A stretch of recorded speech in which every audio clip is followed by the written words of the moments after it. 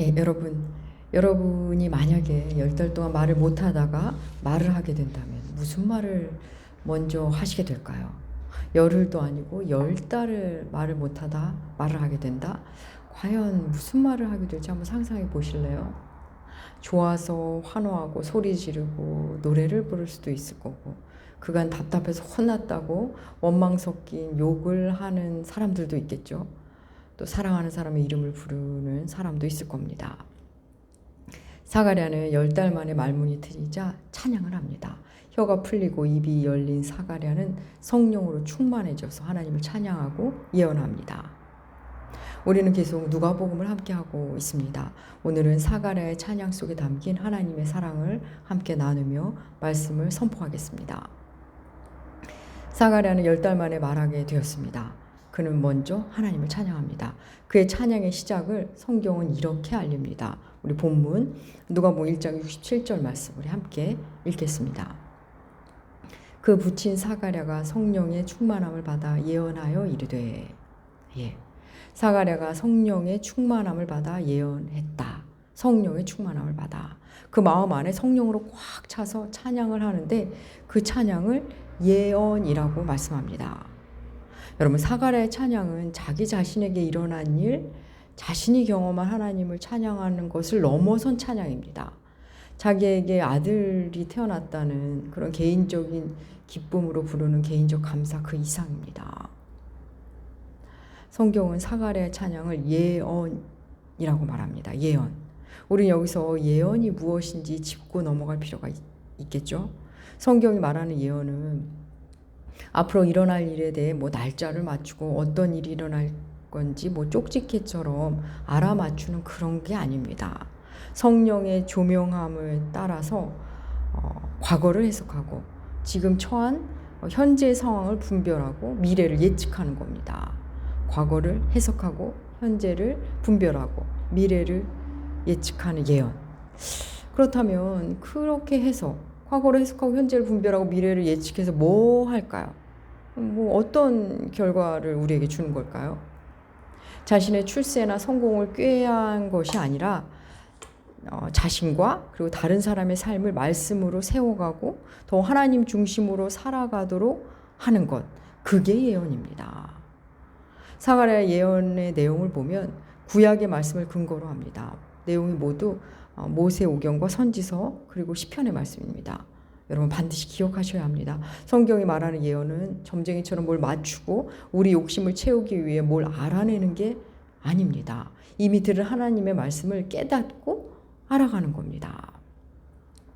여러분, 아무리 대단한 계시, 대단한 환상을 보았다 하는 사람을 만나더라도, 아니 실제 대단한 사건이 일어난다 해도 그것이 말씀을 기초로 하지 않으면 여러분 그건 하나님이 주신 것이 아닙니다.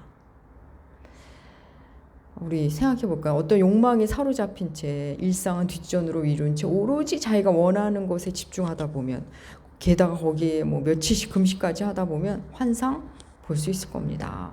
너무도 간절히 원하는 상태에서 며칠씩 먹은 것도 없으니 마음에 원하는 것이 헛것으로 보일 수 있습니다.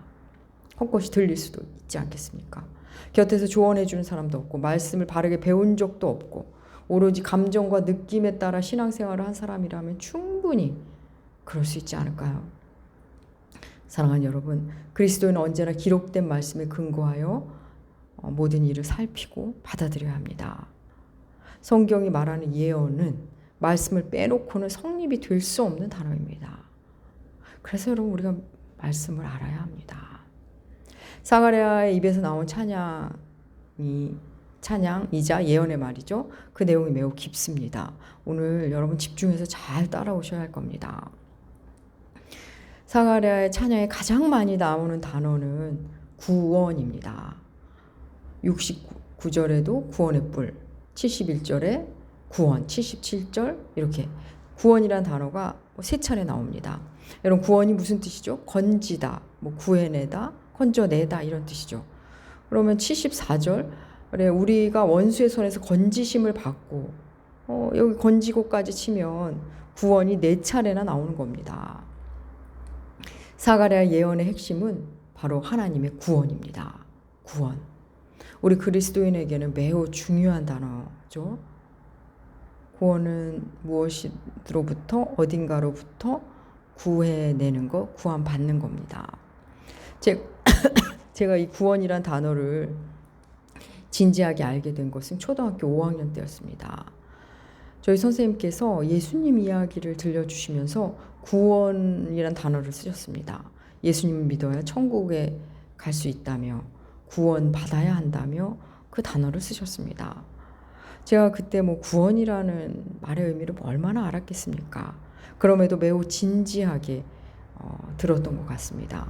우리는 모두 구원받아야 한다는 선생님의 말씀을 아주 진지하게 받아들였고 그날 이후 친구들과 동네 교회에 나가기 시작했습니다. 물론 아주 어렸을 때 교회를 왔다 갔다 해보긴 했지만 그때부터 이제 교회를 다녔습니다. 선생님께서 구원에 대해 이야기를 해주신 그날이었나 봅니다. 제 마음에 우리 가족도 구원을 받아야 하는데 싶어서 저희 언니에게 그때 물었습니다. 언니 구원 받았어? 그랬더니 그때 언니였는지 곁에 있던 오빠였는지 정확히 지금 기억은 안 나는데 제 말에 이런 대답이 돌아왔습니다. 구원? 10원 아니고 난 10원 받고 싶은데 예, 그렇게 놀리듯이 웃었습니다. 매우 소심했던 저는 더 이상 말을 하지 못했던 기억이 있습니다. 아무튼 저희 구원이란 단어는 그렇게 진지하게 그때 만났습니다. 사랑하는 여러분, 여러분은 구원 받으셨습니까? 구원 받았다는 것은 또한 과연 무슨 의미일까요? 구원은 복음의 중심 단어입니다. 복음, 구원. 그러면 대개 예수 믿고 천국 가는 것이라고 말하곤 합니다. 좀 더 덧붙이는 분들은 예수 믿고 이 땅에서 복 받는 것 이렇게 하시는 분도 있을 겁니다. 틀린 말은 아니지만 그걸 전부로 안다면 구원을 그 정도로 이해한다면 우리의 신앙은 잘하지를 않습니다. 사가랴는 구원이 어떻게 이루어지는지 이렇게 말합니다. 누가복음 1장 77절 말씀. 우리 함께 읽을까요? 함께 읽겠습니다. 주의 백성에게 그 죄사함으로 말미암는 구원을 알게 하리니.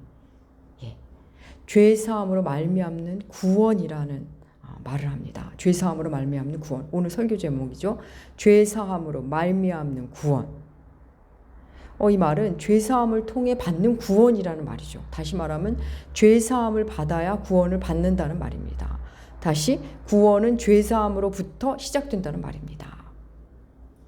여러분, 구원은 죄사함으로부터 시작됩니다. 그렇다면 우리는 죄사함이 무엇인지도 의미를 알아야겠죠. 죄라는 것이 발생하면 여러분 죄를 가운데 두고 양쪽 편이 생깁니다. 한쪽은 가해자, 다른 한쪽은 피해자입니다. 우리 개인의 삶에서는 가해자와 피해자의 경계가 모호할 때도 있지만 일단 법정에 서면 선명히 갈리게 됩니다. 죄가 어떤 형태로든 행위화되면 가해자와 피해자가 생기게 됩니다. 죄를 사해주는 쪽과 죄사함을 받아야 하는 쪽이 생기는 겁니다. 죄사함은 누가 하는 거죠? 피해자가 가해자에게 하는 겁니다. 피해자가 용서해야 죄사함이 이루어집니다. 세상에서의 죄사함이 어떻게 이루어집니까? 법적으로 죄값을 치르게 합니다. 그런데 여러분, 우리 여기서 죄값이라는 걸 한번 생각해 볼까요? 어떤 때는 돈으로, 어떤 때는 징역살이로 죄값을 치릅니다. 나름 죄값을 치른다고 해도 피해자 편에서 죄를 사하지 않으면 여러분 죄는 여전히 활동하게 됩니다. 죄는 여전히 누군가의 고통으로 남아 있습니다.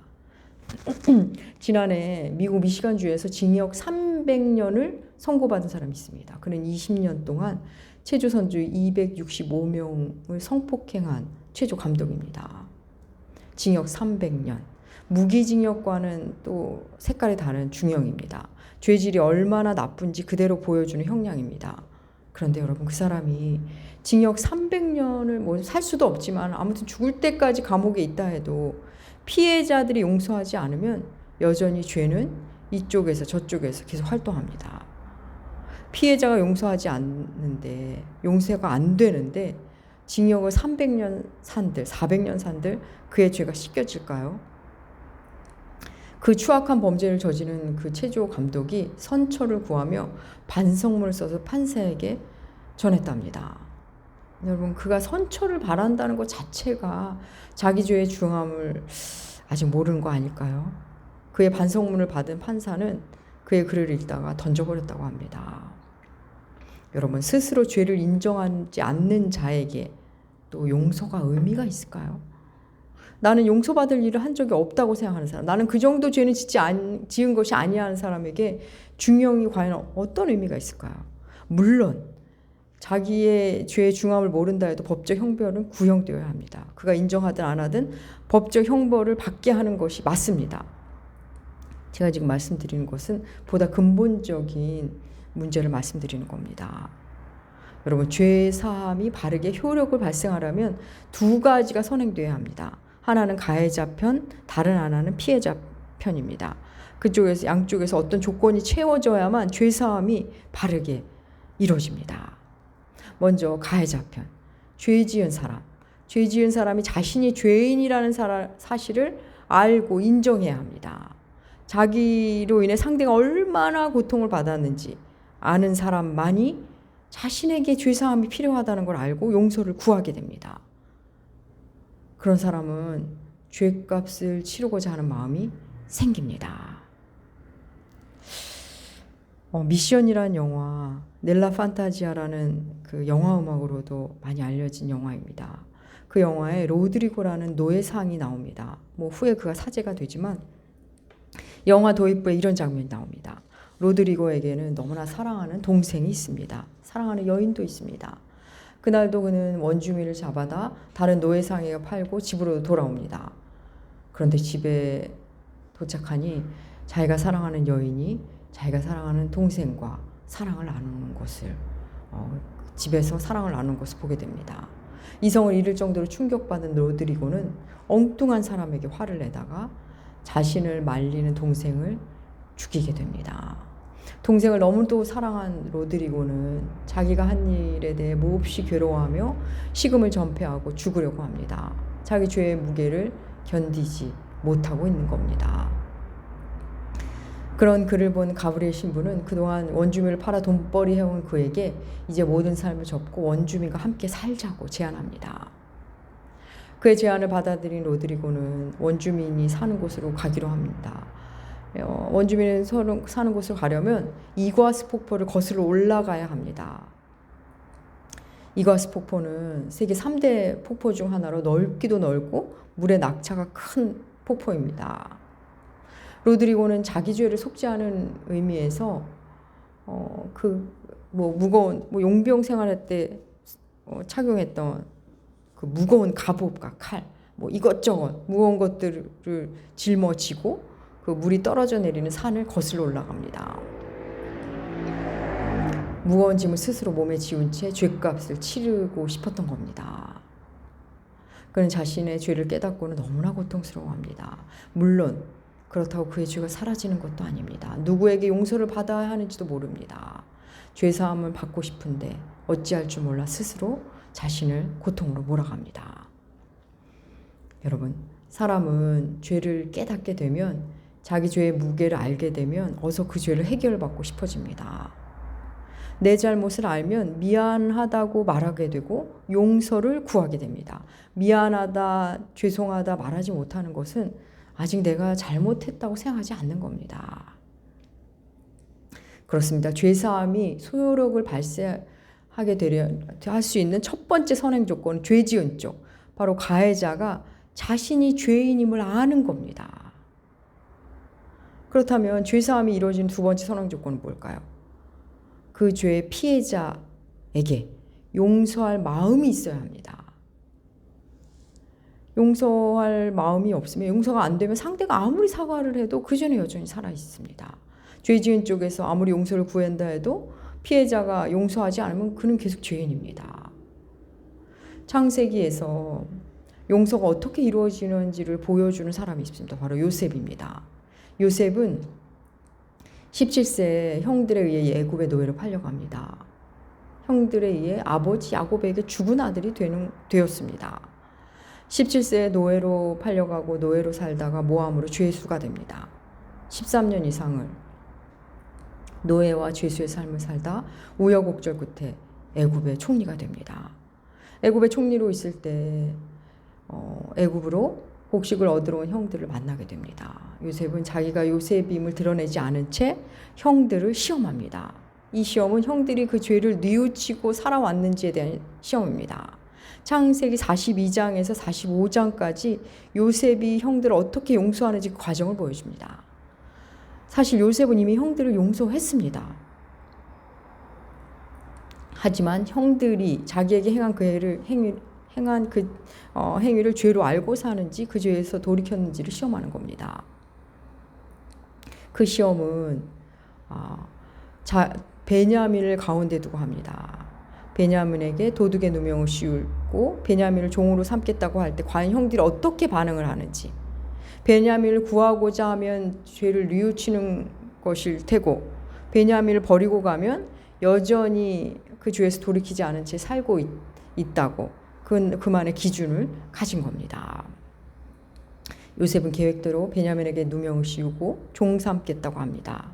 그러자 형들이 우왕좌왕하고 당황합니다. 형 유다가 그럴 수 없다고 베냐민 대신 자신이 종이 되겠노라고 말합니다. 그것을 본 요셉은 형들이 자기를 버릴 때 그 형들이 아님을 확인하고 자신이 요셉임을 밝힙니다. 그리고 이미 용서했음을 알립니다. 형들을 죄에서 풀어주는 겁니다. 여러분, 하나님께서 우리의 죄를 사하시되 자신이 죄인임을 아는 자만을 사해 주십니다. 여전히 내가 왜 죄인인데 하는 사람은 사함받지를 못합니다. 여러분, 참 가슴 아픈 일은 교회를 그렇게도 오래 다니셨건만 그래서 공동체 안에서는 막연히 우리는 죄인입니다 이렇게 말하고 있지만 여전히 개인의 삶에서 자신의 죄인됨을 인정하지 않는 분들이 생각보다 많습니다. 사랑하는 여러분, 하나님은 우리를 용서하시되 우리가 용서가 필요한 자임을 아는 자, 그를 용서합니다. 다시 말씀드립니다. 하나님은 이미 우리를 용서하시고 구원하셨지만 죄를 죄로 아는 자, 자신이 죄인이라고 삶으로 고백하는 자만이 그 용서와 구원의 효력이 발생됩니다. 우리 주 예수께서 우리 죄를 사하시고 우리를 구원하시기 위해 십자가에서 죽으셨습니다. 여러분, 예수라는 이름의 뜻 뭐죠? 자기 백성을 그들의 죄에서 구원할 자입니다. 죄에서 구원하기 위해 오셨는데 자기 백성을 그 죄에서 구원하기 오셨는데 자기가 죄인이 아니라고 한다면 우리는 그의 구원이 필요 없는 사람이 됩니다. 예수와 상관없는 사람이라고 스스로 말하고 있는 겁니다. 죄 가운데 있는 우리를 구원하시는 분 예수 그리스도, 그분밖에 없습니다. 사가랴가 말합니다. 구원의 시작은 죄 사함으로부터 온다. 사랑하는 여러분, 우리 인류의 모든 죄는 하나님을 향한 죄입니다. 그래서 하나님의 용서만이 우리를 죄에서 구원해 줄 수 있습니다. 여러분, 우리가 하나님께 아무리 빌고 빌어도 하나님이 죄를 사해 주시지 않으면 우리는 여전히 죄인입니다. 또 우리가 아무리 큰 잘못을 해도 하나님이 문제가 안 된다, 나는 문제 삼지 않겠다 하면 문제가 아닌 겁니다. 여러분, 이 표현이 어떻게 다가가실지는 모르겠는데 여러분, 죄에 있어서 가장 큰 피해자, 진정한 피해자는 하나님이십니다. 우리 죄로 가장 큰 아픔을 경험하신 분은 바로 우리의 아버지 하나님이십니다. 하나님의 그 아픔을 어느 누구도 회복시킬 수가 없습니다. 그래서 하나님 스스로 해결하시기로 하셨는데 그게 바로 예수 그리스도가 그 죄값을 치르게 하신 겁니다. 우리가 하나님께 용서를 구하기도 전에 하나님 스스로 우리를 용서하기로 하신 겁니다. 하나님의 이 어마어마한 용서의 사건, 죄사함의 사건, 구원의 사건, 그 십자가 사건을 사가랴는 아직은 모릅니다. 그럼에도 그런 일이 있을 거라고 예언하고 있습니다. 구원 이전에 죄사함이 필요한데, 구원은 죄사함으로 시작되는데 그러기 위해서는 우리 자신이 죄사함을 받아야 하는 것을 알아야 하는데 그 일을 바로 이 아이 요한이 하게 될 것이라고 선언하는 겁니다. 예언하는 겁니다. 여러분, 요한은 구원자는 아닙니다. 죄사함의 세례를 통해 구원자 예수의 오실 길을 예비하는 자입니다. 그럼 이어 주님의 구원 어떻게 이루어지는지 볼까요? 여러분 잘 따라오고 계십니까? 좀 어렵게 느껴지시더라도 여러분 죄사함, 구원 이걸 아셔야 여러분의 구원이 깊어지고 잘합니다. 그렇지 않으면 교회를 아무리 오래 다니셔도 삶이 달라지지 않습니다. 예, 하나님께서 어떻게 구원을 이뤄가시는지 사가랴의 찬양을 한번 볼까요? 누가복음 1장 68절입니다. 주보에 두셨습니다. 누가복음 1장 68절 함께 읽겠습니다. 찬송하리로다 주 이스라엘의 하나님이여 그 백성을 돌보사 속량하시며. 예, 하나님이 그 백성을 돌보사. 여기서 돌보사를 기억하시고요. 이어서 누가복음 1장 78절 말씀 함께 읽겠습니다. 이는 우리 하나님의 긍휼로 인함이라. 이로써 돋는 해가 위로부터 우리에게 임하여. 아까 좀 전에 읽은 68절의 돌보사와 78절의 임하여. 우리는 돌보사와 임하여 다른 단어지만 히브리어는 같은 단어입니다. 같은 단어를 그렇게 다르게 번역한 겁니다. 그 뜻은 방문하다입니다. 방문하다. 영어 성경은 방문하라는 단어 visit로 그대로 번역합니다. 하나님이 그 백성을 방문하사 속량하시며 또 위로부터 우리를 방문하사 이렇게 되는 겁니다. 여러분, 하나님은 우리를 구원하시기 위해 우리를 방문하십니다. 하나님의 방문. 교회 우리들의 용어로 바꿔 말하면 하나님의 신방이 되겠죠. 하나님의 신방을 받는다. 여러분 너무 좋지 않습니까? 구약에는 하나님의 신방이 종종 나옵니다. 하나님은 아브라함도 신방하시고 롯도 신방하십니다.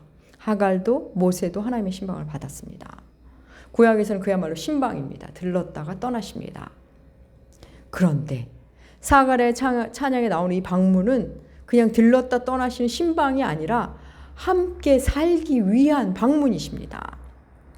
우리와 함께 살기 위해 우리를 거쳐 삼으시기 위해 오신 겁니다. 사랑하는 여러분, 예수의 오심은 우리와 함께 살고자 오신 겁니다. 그런 오심입니다.